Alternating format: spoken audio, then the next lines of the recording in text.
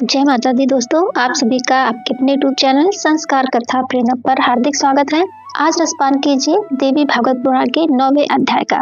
आज के इस 9वें अध्याय में हम जानेंगे सुखदेव जी और राजा जनक का अद्भुत संवाद, गृहस्थ आश्रम का महत्व और मोक्ष का मार्ग, सुखदेव जी का विवाह और पारिवारिक जीवन, सुखदेव जी की महासमाधि और व्यास जी का विलाप, महिषासुर दैत्य का जन्म और ब्रह्मा जी से वरदान की कथा। तो आइए आज की इस ज्ञानवर्धक और रोचक कथा को ध्यानपूर्वक श्रवण करते हैं। श्री सूत जी महाराज कहते हैं, सुखदेव जी के आगमन का समाचार पाकर राजा जनक अपने मंत्रियों सहित गुरुपुत्र को आगे करके उनके पास गए। उन्हें उत्तम आसन पर बिठाया, भली भांति आदर सत्कार किया और कुशल मंगल पूछा। दूध देने वाली गौ उनके सामने उपस्थित कर दी। सुखदेव जी ने महाराज जनक के किए हुए सत्कार को नियमानुसार स्वीकार कर लिया। हे महात्मन, हे मुनिवर, किस काम से आपको यहाँ पधारना हुआ है, कृपया बताने की कृपा करें। तब श्री सुखदेव जी बोले, महाराज, पिता व्यास जी ने मुझसे कहा कि तुम विवाह कर लो, क्योंकि सभी आश्रमों में उत्तम गृहस्थ आश्रम ही है, किंतु मैंने गृहस्थ आश्रम की आज्ञा को बंधक कारक मानकर उसे स्वीकार नहीं किया। उन्होंने फिर कहा कि ये बंधन नहीं है, तब भी मैंने उनकी बात नहीं मानी। मेरा मन विविध तरह की कल्पनाओं में उलझने लगा। मेरे मन की दशा को समझकर मुनिवर व्यास जी बोले, तुम मिथिला चले जाओ, शोक मत करो। वहाँ राजा जनक रहते हैं, जो पुरुष और जीवंत मुख है। विदेह नाम से उन्हें सारा संसार जानता है। वे राज्य संभालते हुए भी माया के बंधनों से मुक्त हैं, परम तपस्वी हैं। पुत्र जो करना चाहते हैं अवश्य कर लेना चाहिए, और अगर मेरी बात पर विश्वास ना हो तो खुद जाकर उन महाराजे से आप पूछ सकते हैं। वे राजा जनक जी तुम्हारे मानसिक संदेह का निवारण कर देंगे। पुत्र, उन राजा की बात सुनकर शीघ्र मेरे पास लौट आना। महाराज, इस प्रकार अपने पिता की आज्ञा मानकर मैं आपकी पुरी में आ गया हूँ। आप तो निष्पाप पुरुष हैं, मैं संसार के बंधन से मुक्त होना चाहता हूँ।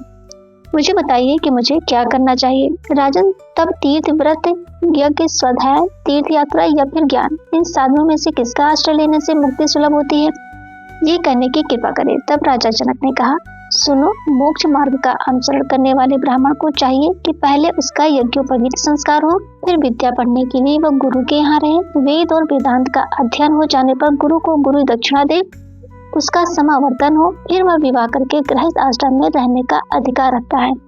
इसके अलावा दूसरा कोई विधि विधान उसके लिए लागू नहीं होता। संतोष रखे, दूसरे की आशा न करें, मन में अग्निहोत्र आदि करते रहें, सदा सत्य बोले, पवित्र रहें, पुत्र और पौत्र हो जाने पर वानप्रस्थ हो जाएं, तपस्या करने के लिए स्त्री की व्यवस्था कर दें, अर्थात पुत्र का विवाह कर दें, न्यायपूर्वक संपूर्ण आज्ञाओं को अपने आधार करके चौथे आश्रम में पहुंच जाएं, धार्मिक भावना को मन से कभी दूर न होने दें, अर्थात भक्ति से कभी विमुख न हो। शुद्ध वैराग होने पर ही ऐसी स्थिति बनानी चाहिए। मेरी सम्मति से इसे कोई मिथ्या नहीं बना सकता। सुखदेव जी वेद की आज्ञा के अनुसार 48 संस्कार हैं। उनमें से महापुरुषों ने गृहस्थ के लिए 40 संस्कार बताए हैं। मन की वासनाएं बड़ी दूर की है, ये शांत नहीं होती, इसीलिए इनका वेग शांत करने के लिए क्रमशः त्यागी बनना चाहिए। ऊपर सोने वाला तो कभी न कभी नीचे गिरता ही है, जो नीचे सोता है उसके गिरने की संभावना नहीं रहती। सन्यासी हो जाने पर यदि भ्रष्ट हो जाए तो फिर उसके लिए कोई भी मार्ग शेष नहीं रहता। जैसे चींटी पत्ते पर से ही वृक्ष के मूल पर चढ़कर डालियों पर चली जाती है और धीरे धीरे सुखपूर्वक फल तक भी पहुंच जाती है। पक्षी कोई वायु सामने न आ जाए इस भय से बड़ी तेज गति से उड़ता है। परिणाम यह होता है कि वह तो थक जाता है और चींटी सुखी रहती है। जो भगवत साक्षात्कार से वंचित है वे मन के प्रबल वेग को रोक नहीं सकते। इसीलिए गृहस्थ आश्रम धर्म का अनुसरण करते हुए मन को वश में रखना चाहिए। गृहस्थ आश्रम में रहकर भी सदा शांत रहें, बुद्धि में विकार उत्पन्न न होने दें, आत्मचिंतन करें, न लाभ में प्रसन्न हो और न हानि में दुखी हो, हर स्थिति में एक समान रहना चाहिए। श्री सूची कहते हैं, इस तरह जनक जी ने सुखदेव जी को तरह तरह का ज्ञान दिया। जनक जी के उपयुक्त कथन सुनकर सुखदेव जी का मन मुक्त हो गया, उनकी शंकाएं दूर हो गई। उसी क्षण जनक जी से आज्ञा लेकर वे व्यास आश्रम को चल पड़े। अपने पुत्र को आते देखकर व्यास जी के सुख की कोई सीमा न रही। उन्होंने सुखदेव जी को गोद में बिठा लिया, मस्तक चूमा, फिर उनकी कुशल मंगल पूछी। इसके बाद सुखदेव जी अपने पिता के पास ही उनके सुंदर आश्रम में रहने लगे। जनक की जो स्थिति थी उसे देखकर सुखदेव जी के मन को बड़ी शांति मिली। अब उन्हें आश्रम में रहना अच्छा लगने लगा। पितरों की एक सौभाग्यवती कन्या थी। उस सुंदरी कन्या का नाम था पीवरी। योग पद के पति होते हुए भी सुखदेव जी ने उसे अपनी पत्नी बनाया। उस कन्या से उन्हें 4 पुत्र हुए, कृष्ण, गौर प्रभु, भूरी और देवशुद्ध। तथा कीर्ति नाम की एक कन्या हुई परम तेजस्वी। सुखदेव जी ने विभाज्य कुमार के साथ महामना अनुभव सहित उस कन्या का विवाह कर दिया। उसके श्रीमान ब्रह्मदत्त पुत्र हुए। सुखदेव जी के दौहित्र ब्रह्मदत्त बड़े प्रतापी राजा हुए, साथ ही विद्या में ज्ञानी भी थे। कितने समय तक वहां रहकर नारद जी ने उन्हें ब्रह्म ज्ञान का उपदेश दिया था। ज्ञान की पराकाष्ठा पर पहुंचकर ब्रह्मदत्त ने सर्वोत्कृष्ट योग मार्ग का अनुसरण किया। नारद जी की कृपा से वे बहुत शीघ्र मुक्ति प्राप्त ज्ञान के अधिकारी हो गए। फिर सुखदेव जी ने अपने पिता व्यास जी का साथ छोड़कर कैलाश के सुरंग शिखर पर जाने का निर्णय किया। वहां उन्होंने अविचल समाधि लगा ली। परम सिद्धि मिल जाने पर उनका आसन शिखर से ऊपर उठ गया। आकाश में वे इस प्रकार चमकने लगे मानो महान तेजस्वी सूर्य चमक रहे हों। सुखदेव जी के ऊपर उठते समय पर्वत का शिखर फटकर 2 भागों में बट गया। वायु की तरह तेज गति से वे आकाश में चले तो उत्पातों की भरमार हो गई। ऋषिगण उनका स्तवन करने लगे। उस समय सुखदेव जी तेजस्वी होने के कारण आकाश में एक दूसरे सूर्य के समान अत्यंत प्रकाशित होने लगे। उधर व्यास जी को ये सब देखकर बड़ा दुख हुआ। उनके मुख से बार बार हे पुत्र ये शब्द निकल रहा था। वे उस पर्वत के उस शिखर पर चले गए जहाँ सुखदेव जी ने योगा अभ्यास किया था। व्यास जी की दैन्य दशा देखकर सुखदेव जी ने उत्तर दिया और उनके वचनों से सभी जान गए कि सुखदेव जी व्यष्टि शरीर को समष्टि में मिलाकर आकाश में चले गए। उस पर्वत के शिखर पर अब तक व्यास जी का विलाप बंद नहीं हुआ। शोक के उर्मी सागर में डूबे थे। उनके मुख से बार बार पुत्र पुत्र की करुण आवाज निकल रही थी। मन पर शोक का बादल मंडरा रहा था। उनकी ये स्थिति देखकर भगवान शंकर वहां पधारे और उन्हें समझाने लगे, हे व्यास जी, तुम शोक मत करो। तुम्हारा पुत्र सुखदेव योग शास्त्र का प्रकांड विद्वान है। उसे वह उत्तम गति प्राप्त हुई है जो अति दुर्लभ है और तुम्हारी कीर्ति तो विस्तृत हो गई है। तब शंकर जी के वचन सुनकर व्यास जी बोले, हे देवेश, मैं क्या करूं, विवश हो गया हूँ। पुत्र को देखने के लिए मेरे नित्य अभी उसे देखने के लिए तरस रहे हैं। महादेव जी ने कहा, तुम्हारे पुत्र के मन को अत्यंत मुक्त करने वाली छाया तुम्हें निकट ही दिखाई पड़ेगी। हे महान तपस्वी मुनिवर, उस प्रतिबिंब को देखकर तुम अपना मन शांत कर लेना। श्री सूत जी कहते हैं, फिर तो सुखदेव जी का परम प्रकाशमान प्रतिबिंब शीघ्र ही व्यास जी को दिखाई देने लगा। मुनि को आश्रित करके भगवान शंकर वहीं अंतर्ध्यान हो गए। उनके अंतर्ध्यान होने के बाद व्यास जी अपने आश्रम में वापस चले आए। स्वस्थ मन से प्रवृत्त हुए अनेक शिष्य व्यास जी के पास रहकर विद्या अभ्यास करते थे और वे सभी पहले ही आज्ञा लेकर पृथ्वी पर धर्म का प्रचार करने चले गए थे तथा पुत्र सुखदेव जी का अंतरिक्ष में निवास हो गया। ये सब देखकर व्यास जी के मन पर शोक की घटा छाई रही। उन्होंने वहां से चलने का विचार कर लिया। इतने में उन्हें निषाद कन्या अपनी पुण्य माता सतवती याद आ गई, जिन्हें उन्होंने गंगा के तट पर छोड़ दिया था। उस समय वे अत्यंत शोकाकुल थी। मुनिवर व्यास जी उस पर्वत शिखर को छोड़कर अपनी जन्मभूमि पर आ गए। आकर निषादों से पूछा, पुण्य माता कहाँ गई? उन सब ने उत्तर दिया कि वह कन्या राजा शांतनु को सौंप दी गई है। इसके बाद अपना आश्रम बनाकर वहीं रहने लगे। उनकी प्रतीक्षा आरंभ हो गई। राजा शांतनु बड़े प्रतापी राजा थे। उन्होंने सतवती के गर्भ से 2 पुत्र को जन्म दिया। वनवासी जीवन बिताते हुए भी व्यास जी उन दोनों पुत्रों को भाई मानकर बड़े सुखी थे। अब कथा को थोड़ा आगे बढ़ाते हैं दोस्तों। राजा जन्मेजय ने व्यास जी से पूछा, प्रभु, अब आप मुझे देवी भगवती के चरित्र का वर्णन करने की कृपा कीजिए, क्योंकि उसे सुनने के लिए मेरा मन अत्यंत उत्कंठित है। मैं अति उत्सुक हूँ। तब व्यास जी बोले, राजन सुनो, भगवती के चरित्र का विस्तार पूर्वक वर्णन करता हूँ। महामती श्रद्धालु और शांत पुरुष को जो भगवती की कथा नहीं सुनता उसे प्रचंड मूर्ख ही समझना चाहिए। पूर्व समय की बात है। धरती पर महिषासुर नाम का एक राजा था। इसके शासन काल में देवताओं और दानवों में बड़ी भीषण लड़ाई हुई।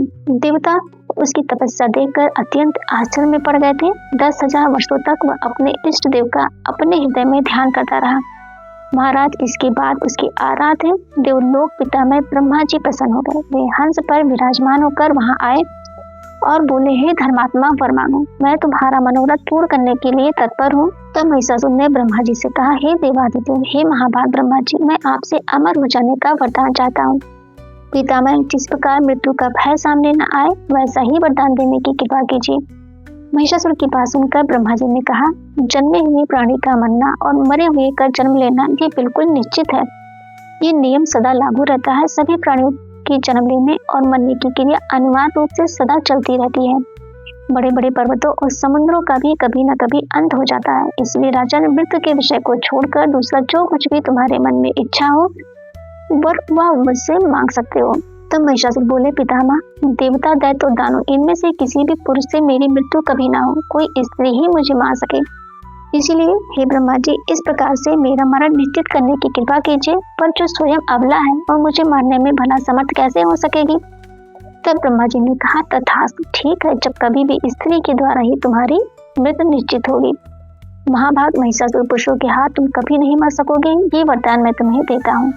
व्यास जी कहते हैं, राजन, इस प्रकार महिषासुर को वरदान देकर ब्रह्मा जी अपने आश्रम के लिए प्रस्थान कर गए। खत्म होते हुए भी उस महिष का रूप कैसे मिल गया, इस प्रश्न का उत्तर देते हुए कहा, महाराज, धनु के जगत प्रसिद्ध दो पुत्र थे, उनके नाम थे रंभ और करम। उन दोनों की दानों में बड़ी प्रतिष्ठा थी। महाराज, वे दोनों संतानहीन थे, इसीलिए पुत्र प्राप्ति के लिए तपस्या करने लगे। बहुत वर्षों तक कठिन तपस्या की। पंचनंद की पवित्र जल में तपस्या आरंभ हुई।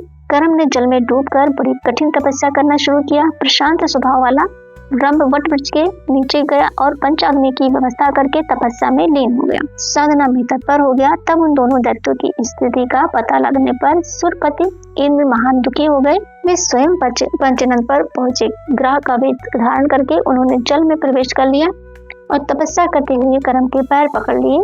उनके इस प्रयास से दुराचारी करम की जीवन लीला समाप्त हो गई। अपने भाई की मृत्यु का समाचार सुनकर रंभ के क्रोध की सीमा न रही। उसके मन में ऐसी इच्छा हुई कि अपना मस्तक काटकर अग्नि को भेंट कर दे। इसीलिए उसने सहसा बाएं हाथ से अपने सिर की चोटी पकड़ी और दाहिने हाथ में तीखी तलवार लेकर उसने अपने मस्तक को धड़ से अलग कर देना चाहा। इतने में ही उसे समझाने के लिए अग्निदेव वहां प्रकट हुए। अग्निदेव ने रंभ से कहा, हे दैत्य, तुमने तो बड़ी मूर्खता की है, तभी तो अपना मस्तक काटने को तैयार हो गए। भला आत्महत्या जैसे अत्यंत घोर कर्म में तुम्हारी प्रवृत्ति कैसे हो गई। भक्त तुम्हारा कल्याण हो, मुझसे वर मांग लो। इस प्रकार प्राण त्याग करने से भी भला तुम्हारा कौन सा कार्य सिद्ध हो सकेगा। व्यास जी कहते हैं, अग्निदेव की वाणी सुनकर रंभ बोला, स्वामी, वर देने की कृपा कीजिए। मैं त्रिलोकी पर विजय पाने वाला पुत्र चाहता हूँ। मुझे ऐसा पुत्र चाहिए जिसके प्रयास से शत्रु भी अपने प्राणों से हाथ धो बैठे। देवता, दानव और मनुष्य कोई भी किसी भी प्रकार उसे पराजित ना कर सके। वह अपनी इच्छा के अनुसार जहाँ कहीं भी जा सके, उसमें असीम शक्ति हो, अपनी इच्छा के अनुसार रूप धारण कर सके। अग्निदेव ने कहा, तथास्तु, ऐसे ही महान पराक्रमी पुत्र तुम्हें प्राप्त होगा। व्यास जी कहते हैं, अग्निदेव का वचन मन को प्रसन्न कर देने वाला था। उनकी बात सुनकर दैत्यराज रंभ ने उनके चरणों में मस्तक झुका दिया और फिर वह अपने स्थान की ओर चल दिया। रंभ का स्थान संपूर्ण समृद्धियों से भरा पूरा था। वहाँ अनेकों यक्ष मौजूद थे। काम भाव से एक महिषी पर उस दानवराज की दृष्टि पड़ी। उस समय वह भैंस भी जवानी के मध्य में जो थी उस पर आकर्षित हो गया और कामना तो बड़ी प्रबल होती है। इस प्रकार वह महिषी गर्भवती हो गई। एक समय की बात है, कोई एक दूसरा भैंस उस भैंस पर टूट पड़ा। इसीलिए उस भैंस को बचाने के लिए रंभ स्वयं सामने आ गया और उस पर झपटा। वह बलवान भैंसा था। उसने तुरंत अपने सींगों से रंभ पर चोट करना शुरू कर दिया। उसके सींग बड़े तीखे थे। उस भैंसे ने उन तीखे सींगों के द्वारा रंभ के हृदय में बड़ी गहरी चोट पहुंचाई। इससे वह दानव मूर्छित होकर धरती पर गिर पड़ा और उसके प्राण पखेरु उड़ गए। अपने स्वामी रंभ के मर जाने पर वह बेचारी महिषी भय से अत्यधिक घबरा कर वहां से भाग गई। बड़ी तेजी से वह एक वट वृक्ष के नीचे जाकर ऋषराज की शरण में चली गई।